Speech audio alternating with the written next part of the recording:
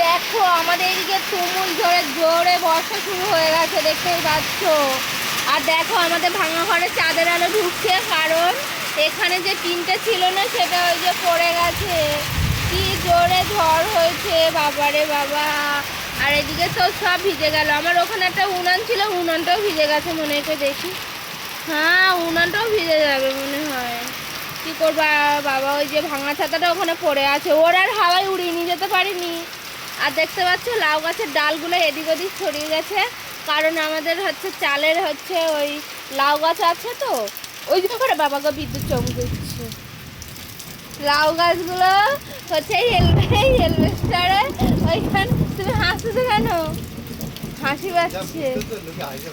ওরে বাবা, এও গাড়ি আমাদের ভিজে গেছে। দেখো কি বর্ষা হচ্ছে আমাদের দিকে।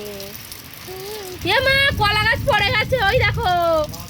হাই হাই, মা ওই গাছে একটা কলার কাঁদি ছিল তো, দেখতে পেয়েছো? ওই যে কলা গাছ একটা পড়ে গেছে আমাদের।